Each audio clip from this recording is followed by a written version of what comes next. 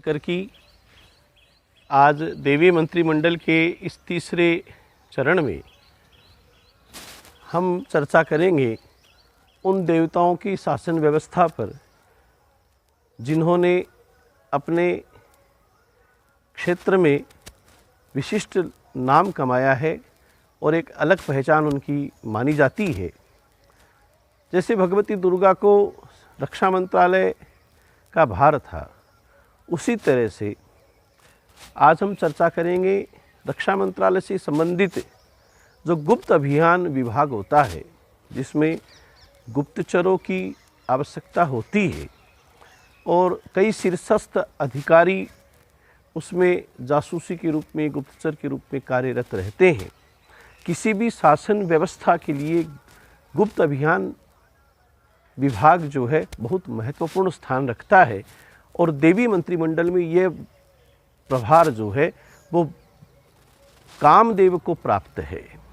कामदेव जो है उन्हें गुप्त अभियान विभाग की बागडोर देवताओं ने संभला रखी है, क्योंकि उनमें जो आकर्षकता है, उनमें जो सम्मोहनता है, उनमें जो तापन है, उनका जो शोषण करने का प्रारूप है, उनके 5 बाण बताए गए हैं।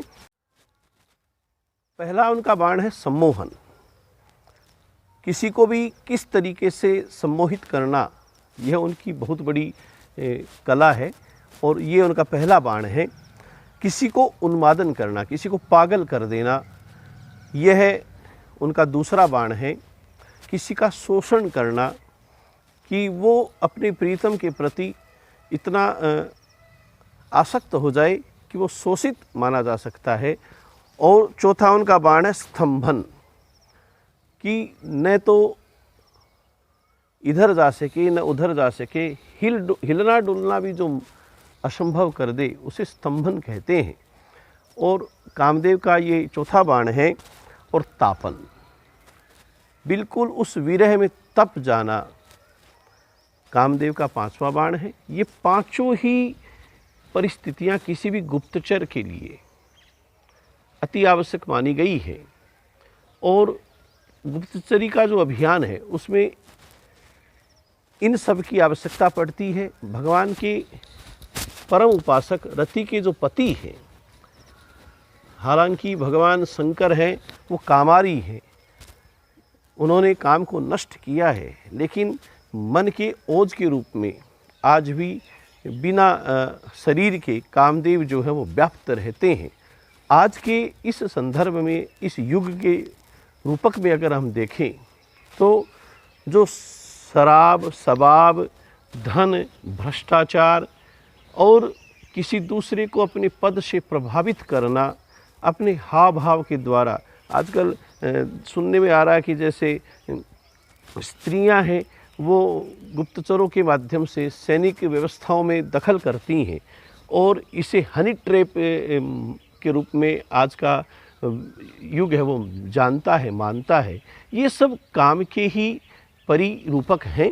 तो जो गुप्तचर अभियान है, गुप्त परिरक्षा अभियान जो है वो भगवान कामदेव को देवताओं ने संभला रखा है।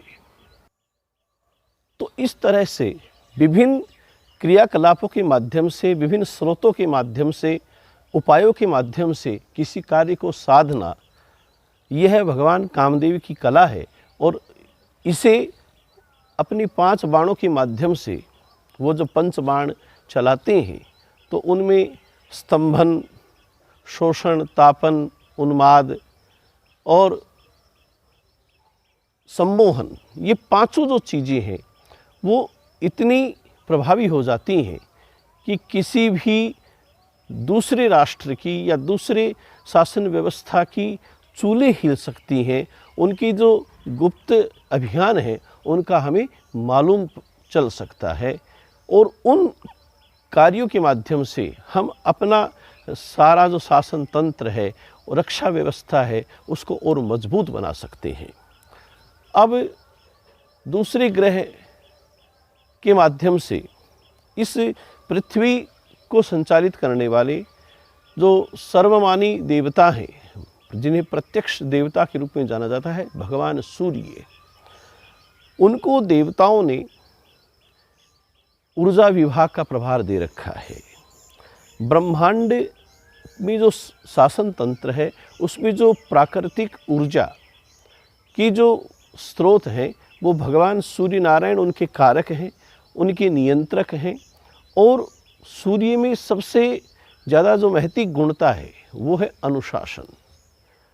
अनुशासन के माध्यम से उन्होंने अहरनिश अपने 7 अश्वों के रथ के माध्यम से गतिमान रहने का एक संकल्प ले रखा है, जिससे सारी प्रकृति संचालित होती है। ऊर्जा के जितने भी स्रोत हैं प्रकृति के, वो सूर्य भगवान के द्वारा नियंत्रित हैं। और उस ऊर्जा के माध्यम से ही अच्छी कृषि होगी। क्यों? क्योंकि ऊर्जा अगर संतुलित है, पर्यावरण संतुलित है, तो फिर उस देदीप्यमान प्रकाश के माध्यम से अच्छी वर्षा होगी। क्योंकि सूर्य का अपकर्षण ही वर्षा का सूर्य सिद्धांत सूत्र है। और सूर्य है, सारा जो जल है वो सोख कर करके वापस दयालुता के माध्यम से इस प्रकृति को पुनः प्रदान कर देता है। सूर्य का कार्य है प्रकृति को प्रकाश और ऊर्जा प्रदान करना, उसका संरक्षण करना, उसका संवर्धन करना। उनके रथ में 7 दिव्य अश्व हैं, वो जुते हुए हैं। वो 7 जो अश्व हैं वो अश्व शक्ति के प्रतीक हैं। हम पृथ्वी निवासी भी ऊर्जा का पैमाना हॉर्स पावर से ही मानते हैं, पहचानते हैं, उसका परिमापन करते हैं। तो अश्व शक्ति जो है, अश्व भी दिव्य अश्व हैं। ऐसे घोड़े जो निरंतर गतिमान रहें, तो ऊर्जा की जो स्रोत हैं उनके लिए हॉर्स पावर की आवश्यकता होती है। और सूर्य जो है दयालुता के माध्यम से, देखिए भगवान सूर्य का अपने पुत्र शनि से यही मतभेद है कि सूर्य सबको समान रूप से जो प्रकाश है, जो उनको मानते हैं, उनको नहीं मानते हैं, आस्तिक नास्तिक जैसा भी स्वरूप है, उन सबको समान रूप से वही प्रकाश मिलता है। और उस प्रकाश का उनके द्वारा कोई मूल्यन नहीं लिया जाता। इसीलिए देव मनीषियों ने, ऋषियों ने, आचार्यों ने सूर्य अर्घ्य का यहाँ पर सूत्र बनाया कि आप सूर्य को जो भी अर्घ्य के माध्यम से जल दे रहे हैं, वो जल ही अपकर्षण करके भगवान सूर्य पुनः पृथ्वीवासियों को लौटा देते हैं, ऊर्जा का एक नया स्रोत बनाते हैं। और उस ऊर्जा के स्रोत के माध्यम से जो जल है, जो प्रकाश है, जो ऊर्जा का स्वरूप है, वो मानवीय जीवन के लिए कितना मूल्य रखता है, यह भगवान सूर्य के इन क्रियाकलापों से हम समझ सकते हैं। हम पृथ्वी निवासी भगवान सूर्य के प्रति जितने उनके ऋणी हैं, उसकी कोई सीमा नहीं है। भगवान सूर्य ने अपने अपकर्षण सिद्धांत के माध्यम से पृथ्वीवासियों को ये संदेश दिया है कि उदार भाव से अगर आपको जो भी लभ्य है उसे आप पुनः उसी स्वरूप में अगर लौटाने का सिद्धांत रखेंगे तो आप अहर्निश गतिमान रहोगे, प्रकाशशील रहोगे और पूरे संसार में आपकी ख्याति रहेगी। लोग आपके लिए उत्सुक रहेंगे। हम सब इंतज़ार करते हैं कब सूर्य का उदय हो, कब भान उदय हो और ये तम जो है वो मिट जाए। तो असतो मां सतगमय, असत्य से सत्य की ओर जाना, और तमसो मां ज्योतिर्गमय, और अंधकार से ज्योति की तरफ जाना, ये भगवान सूर्य का सिद्धांत सूत्र है। वायुमंडल में भी सूर्य का ही, जिस प्रकार सूर्य का रथ गतिमान रहता है, वायुमंडल में तरंगे हैं वो उसी रूप में गतिमान रहती हैं। और सौर ऊर्जा, आज अगर हम देखें तो सौर ऊर्जा का कितना प्रचलन बढ़ा है कि सोलर पावर प्लांट के माध्यम से जगह जगह कृषि होने लगी है। और उदात भाव से भगवान सूर्य रात्रि में भी जो विद्युत व्यवस्था है उसमें भी सौर ऊर्जा का जगह जगह ग्रामीण इलाकों में हम देखते हैं, और विभिन्न विभागों में आज उन सौर ऊर्जा के संचालनों के माध्यम से विशिष्ट लाभ प्राप्त किया जा रहा है। तो यह एक हॉर्स पावर या ऊर्जा का स्रोत होने के कारण से भगवान सूर्य जो हैं वो शनि उनके पुत्र हैं, वो अलग विभाग व्यवस्था देखते हैं, लेकिन दयालुता के कारण से उनका भी मतभेद रहा। मैंने पूर्व में जैसे आपको बताया, क्योंकि वो सबके प्रति समभाव रखने वाले हैं, उनका किसी से कोई राग द्वेष नहीं है। ऊर्जा के तत्व ऐसे हैं कि उनमें किसी को ज़्यादा मिले किसी को कम मिले ये नहीं होना चाहिए, सबके बराबर की हिस्सेदारी होगी तब जा कर के मानवीय जीवन खुशहाल रह सकेगा।